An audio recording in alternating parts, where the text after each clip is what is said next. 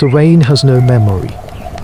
It falls on the graves of their ancestors and the heads of the newborn with the same cold indifference. For 5 days, it has not stopped. The world has become a drum, a constant, whirring percussion against the rock overhang that is their only home. The air inside is thick with the smell of wet fur, damp earth, and the sour scent of fear. The small fire, a desperate, flickering heart, consumes their precious store of dry wood with greedy haste. The old one, whose face is a map of droughts and hard winters, watches the water, not the sky. The sky is a lost cause, a grey, weeping wound that refuses to close. She watches the creek at the mouth of their shelter, the one they have relied upon for 1,000 generations. It is no longer a creek. It is a brown, churning beast, spitting foam and devouring its own banks.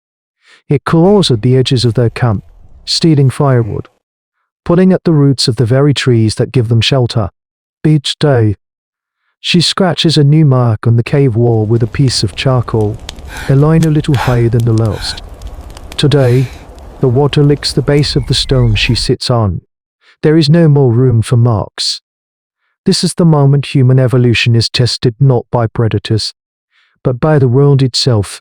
The hunters huddle, their spears useless. The familiar hunting paths are gone, erased by the flood.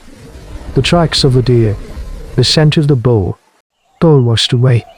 They are prisoners of this rising water, their skills rendered meaningless. The younger children do not understand.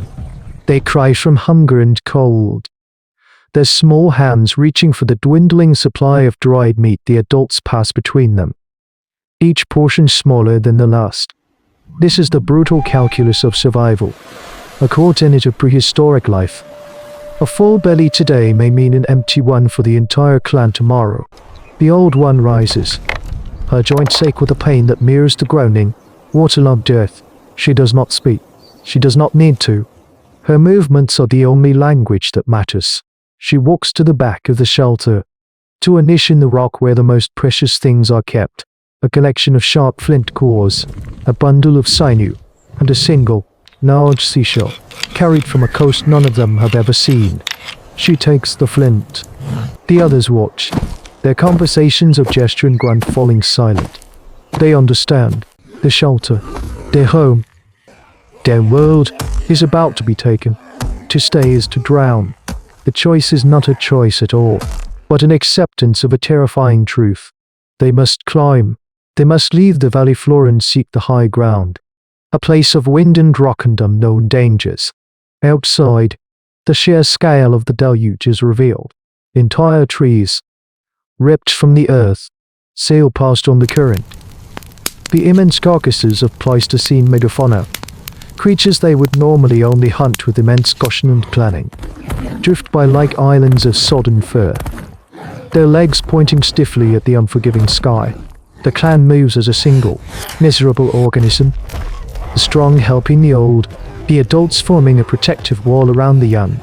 Every step is a battle against sucking mud and slick, treacherous rock. They are leaving everything they have ever known behind, cast out into a world made new and terrible by the water. They do not look back. There is nothing to see but the past, and the past is drowning. The high ground is a lie. It offers safety from the water but gives nothing in return. Here, the wind is a thief, stealing warmth from their bodies and scattering the sparks of their meager fire. The rocks are sharp, unforgiving on bare feet hardened by a lifetime of soft earth. This is a skeletal land, picked clean by the sky. For the clan of these ancient humans, survival has become a desperate, silent arithmetic of subtraction. Each shiver is a calorie lost. Each fruitless search for food is a debt their bodies cannot pay. The vibrant ecosystem of the valley is a fading memory. Up here, the challenge is absolute resource scarcity. The hunters, masters of their lost domain, are now novices. Their powerful spears, designed to fell deer and boar, are clumsy and oversized for the quick, darting lizards and rock hyraxes that are the only signs of life. Days bleed into one another, marked only by a gnawing emptiness in the gut. The social fabric of the clan, woven from shared meals and mutual protection, begins to fray. The children's cries have softened to whimpers, their usual energy replaced by a dreadful lethargy. It is in this crucible that the true nature of their bond is tested, a fundamental moment in the long story of hominid history. An old male, his hunting days long past, spends his hours patiently turning over stones, his gnarled fingers searching for grubs and beetles. He eats only a few, saving the rest in a pouch of hide for a mother whose milk is failing. This is not instinct. It is a choice. It is altruism in its most primal form. A quiet refusal to let the future die. One of the late hunters, a young male named Kale by a silent understanding, is gone for 2 days. He follows the faintest of tracks across the barren plateau, his body a taut wire of hunger and concentration.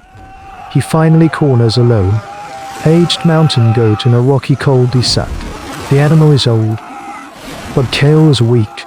The struggle is clumsy, brutal, and almost costs him his life as a horn gashes his thigh. But he prevails.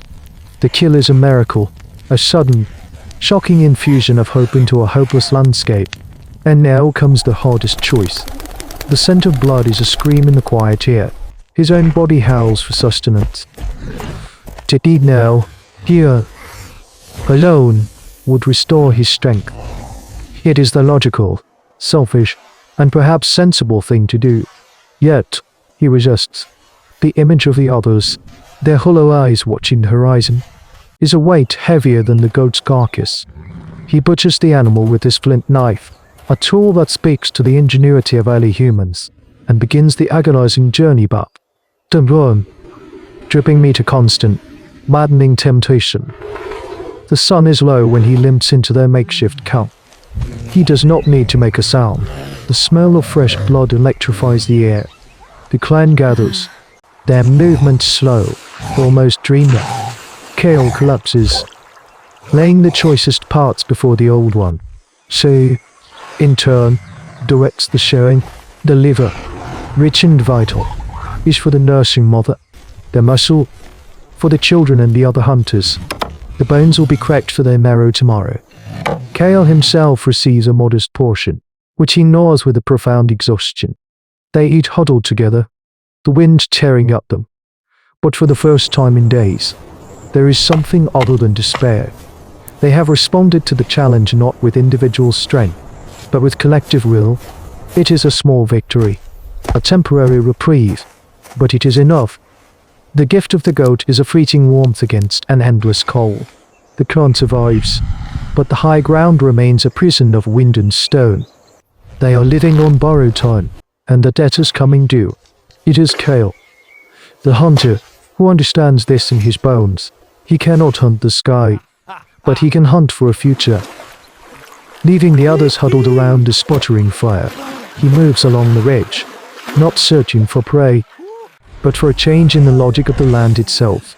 For days, he pushes himself, his mind building a picture of this new world. A painstaking act of cognitive mapping.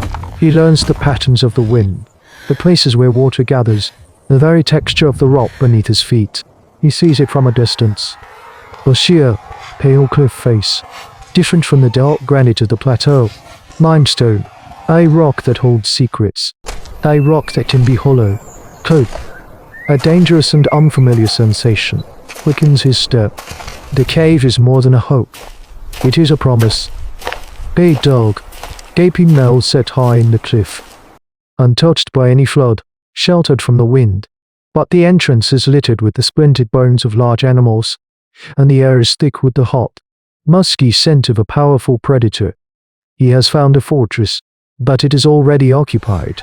He returns not with food, but with a plan.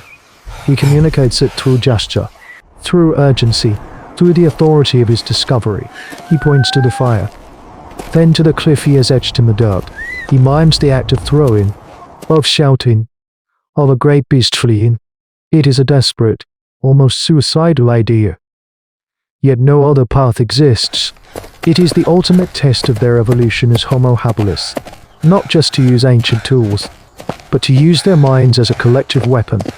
They move together at dawn, a small, determined band against a titan, The children and the old remain hidden. Their fear is silent, palpable thing.